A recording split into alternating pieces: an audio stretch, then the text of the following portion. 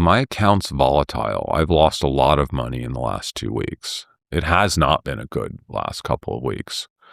And I've had to go deeper into margin to double down on what I believe are very high conviction bets that I'm making right now. And this is no secret. I'm very open with my large trades. Bloom has been one of them for a long time.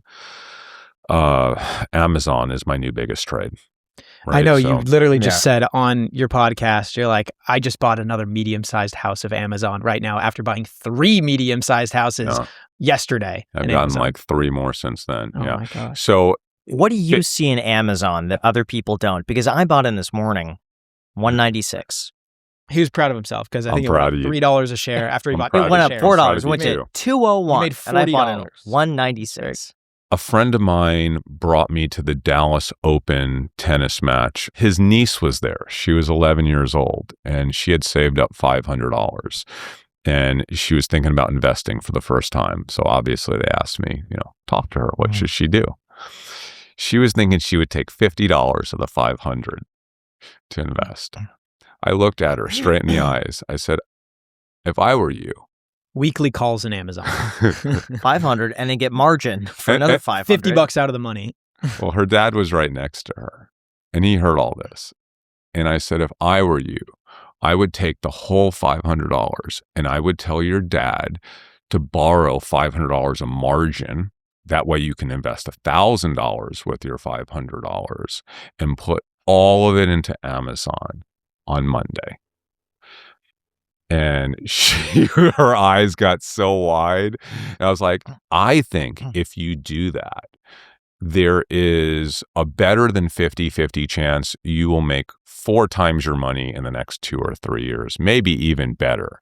So that $500 can turn into $2,000 or more. So if you're right, then you'll get like oh, that's awesome. Yeah. Thanks so much. And if you're wrong, it's like, Daddy, where did my money? Well, like, and the dad's like, sorry. Well, no, hold on. I told her, I said, there is a very small chance that this could go bad. Let's call it 1 or 2%, and you might lose all of your money. But you're young, you'll make it back.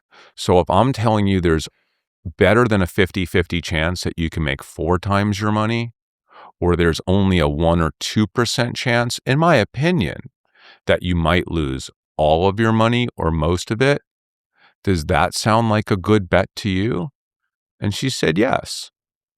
And what I wanted her to do was start thinking in probabilities. And I wanted her to start thinking about expected outcomes, because that's something that investors do not do, because our brains do not really allow us to analyze risk properly, because we generally are also risk adverse. So we can't make rational decisions about probabilities and outcomes. But like that was she's 11. But by the way, part of this is that she was 11. If she was 70, I would not have said that to her.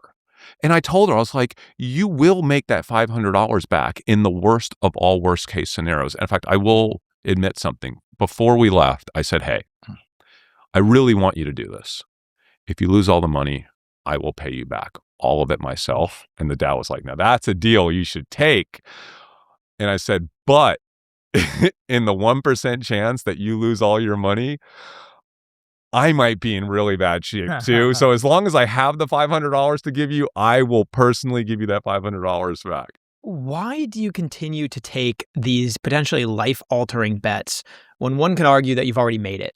If you already have all of this money saved up, and yet you're digging your heels in more and more and taking on more margin and more margin, the quality of your life will not vary if you are right, but it absolutely will if you're wrong. With 2 reasons. One, part of it's the game. I've been in this game a long time. It's fun. I want to see what I can do. Yeah, he is. But he's like a smarter Togi. Yeah. Togi's the person we're having on next, who is maximum like degenerate gambler, but you're an educated. Yeah, no, I'm not about that. Part of it is I have a mission and an objective of what I'm trying to accomplish with my investment account, right? You guys know this. I have a foundation. I'm passionate about my foundation for kids, for animal welfare and elder care. I want to build it into $1 billion foundation. There's no way that I'm going to have $1 billion foundation unless I take big risk around high conviction thesis that I have. And are you doing this in that account as well? I'm not allowed to, unfortunately. So once the money gets in my foundation, I have to be relatively conservative. I can't even borrow on margin. So what I do is I ball in my regular account and then I give money to my foundation. So I grow it as aggressively as I can in my regular account. And and in my private businesses, and then I donate it to the foundation, and then it has to grow relatively conservatively, which is so annoying, by the way. If I was able to invest in the foundation account like I do in my normal account, I would have 4x'd it over the past, 4 years since I started it, 3-4 years. So you probably have maybe like say 70 million in your charity account, and then you have like 10 or so personally. I don't talk about exact numbers. Yeah. But I'll just say, and when you say 80 million, just to be very clear, the $20,000 that I initially invested has generated roughly $80 million of returns over the past 17, 18 years. So then you have to take taxes, then you have to take life expenses. And as I've discussed with you guys before, I take the bulk of my money out every year that I make, and I invest it in private companies. I'm invested now in almost, 170 early stage companies over the past 17 years, which was the biggest investment mistake I ever made because I don't generate outsized returns on those private companies. So I no longer do that.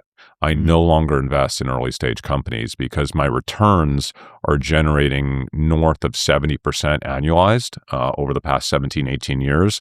And why would I take money out of a public portfolio that's generating 70+% annualized returns and put them into private companies that's generating returns between, 10 and 15% portfolio average? It took me a long time to realize the mistake I was making and to stop doing that. I don't regret doing it because I met so many amazing people over the past 17 years, hundreds of founders, interesting people, had a lot of fun along the way, and it really expanded my network and my horizon in terms of the things that I'm involved with. But if I was smart and about the money side of it, I would have done nothing but social arb trade on my phone. Now, really quick, every business is asking themselves the same question. How do we make AI work for us?